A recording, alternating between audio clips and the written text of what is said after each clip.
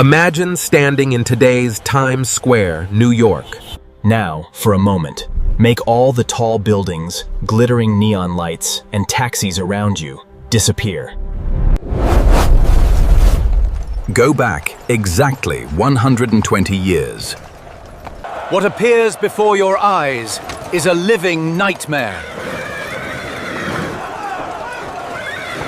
Toxic coal smoke in the air, the deafening screams of 15,000 horses, and millions of tons of horse manure piled up on the streets. The city of New York was literally suffocating to death. But then, a group of people made a plan so daring and dangerous, it sent shivers down the spine of every American. The plan was to blast dynamite deep under the city, carve a dark tunnel, and run trains through it using electricity. Everyone believed they were digging their own graves.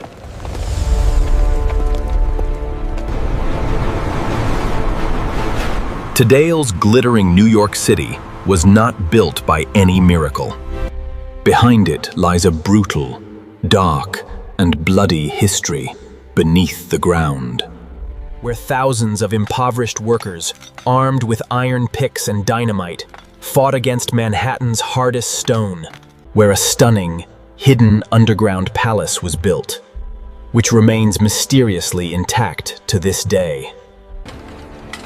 How did America's greatest city choose the darkness below to escape the nightmare above? How did this single, impossible decision transform a regular city into the capital of the world? Beneath the bustling streets of New York lies a hidden world built through unimaginable sacrifice. Prepare yourself for an epic journey through time. Do not mistake the New York City of the early 1900s for the one you know today. It was a city expanding at an explosive rate, yet its transit system had completely collapsed. 15,000 horses filled the streets every single day. This massive army of animals left millions of pounds of manure piled onto the main roads daily. Under the hot sun, the waste turned into dust that filled the air, and when it rained, the streets became a thick, flowing river of filth. To make matters worse, elevated steam trains roared overhead, filling the air with a deafening noise. Burning coal embers and dark soot constantly rained down from these elevated tracks onto the citizens walking below. Walking down the street had become an absolute nightmare. Although New York was one of the busiest commercial hubs in the world, traveling from one end of the city to the other was an endless, grueling battle. The city was literally paralyzing itself, and without a rapid solution, New York's growth would come to a grinding halt. Everyone knew something had to be done, but there was simply no space left on the surface. The only remaining path forward was to head straight down. Back then, people viewed that dark underground world as a terrifying place of disease and decay.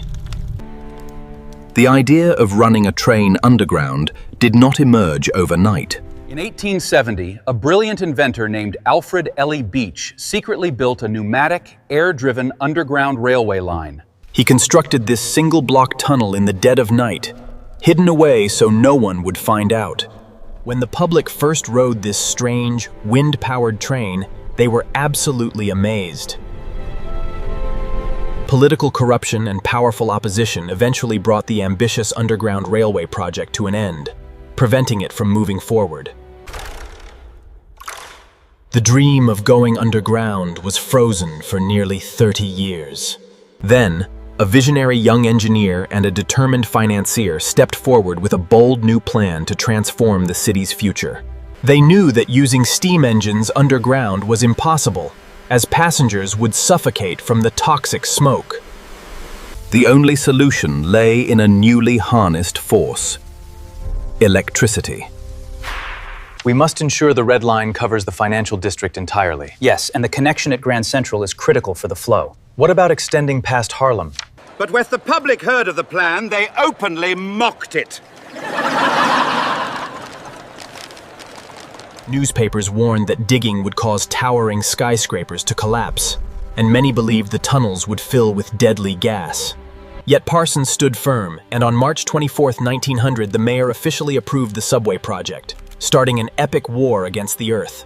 In May of 1900, when the first shovel struck the Earth, there were no modern boring machines or automatic drills. Every single foot of progress had to be carved out by raw, human muscle. The project hired thousands of immigrant laborers, mostly impoverished men who had just arrived from Ireland and Italy. Their primary enemy was Manhattan schist, an incredibly dense, unforgiving metamorphic rock. Break through this ancient barrier, the workers had to use unstable dynamite continuously. Day after day, in dense darkness, thick rock dust, and toxic sulfur fumes, these men pushed forward. Even a minor mistake down here meant instant death. Premature dynamite explosions took lives on an almost daily basis. In January of 1902, a massive, accidental dynamite blast ripped through Park Avenue. It shattered windows for blocks and killed several workers instantly, yet the work never stopped. Laborers had to carefully navigate a chaotic, active maze of water, gas, and sewer pipes hanging directly above them. They dug out trenches and covered them with temporary wooden planks so street traffic could continue, a method known as cut and cover. Just a few feet beneath the bustling footsteps of everyday citizens, a monumental engineering feat was taking place. To ease the public's deep fear of dark, subterranean spaces, one of the subway project's chief engineers devised a brilliant and carefully calculated solution. He decided that the grand entry station would not look like a dark cave, but rather a magnificent palace. Every brick, every ceramic tile, and every decorative detail was carefully crafted to ensure that passengers felt of sense. This gave birth to the legendary City Hall Station, the crowning jewel of the new subway system. Its walls were lined with intricate Guastavino tiles, and its ceiling curved into majestic Roman arches. Ornate, polished brass chandeliers hung from the ceiling, casting a warm, majestic glow over the platform. Large glass skylights in the ceiling allowed natural afternoon light to stream in from the streets above. Stepping into this station for the first time felt less like entering a tunnel and more like entering an underground cathedral. It was a powerful statement of progress, proving that travel beneath the city could be both safe and breathtakingly beautiful. Although it closed in 1945 as trains grew too long for its tight curves, After 4 years of relentless labor and sacrifice, the historic day finally arrived on October 27th, 1904. By early afternoon, an immense crowd had swarmed City Hall Park, waiting with bated breath to witness the impossible. finally, the much-awaited moment arrived. The world's attention was focused on the first subway journey in New York. As the historic inaugural journey began, a senior city official stepped into the driver's cabin and firmly gripped the ceremonial sterling silver control lever.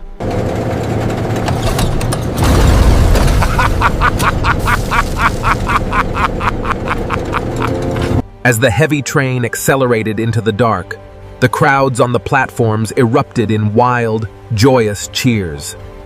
In just 15 minutes, the train traveled from City Hall to Harlem, a trip that previously took several grueling hours.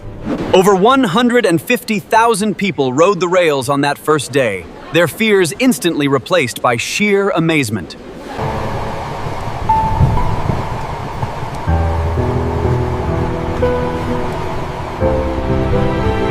This single day broke the physical boundaries of New York, allowing citizens to move away from the dense tip of Manhattan. The subway bound Brooklyn, Queens, and the Bronx into a single, massive, and unstoppable metropolitan giant. Today, as we stand in the modern, bustling stations of the New York subway, it is easy to forget the epic battle fought to build them. We rarely think of the nameless, brave laborers who breathed in toxic fumes and shattered rock to carve out this underground miracle. Yet, New York's towering skyscrapers, busy commerce, and vibrant culture still rest entirely on these silent underground arteries. Through floods, blackouts, wars, and pandemics, these subterranean veins have never stopped pumping. History is never truly lost. It runs quietly right beneath our feet, forever carrying the city forward. If you found this journey fascinating, tell us in the comments what forgotten history we should uncover next. Don't forget to subscribe and hit the bell icon to never miss an episode. We will see you in the next chapter of history.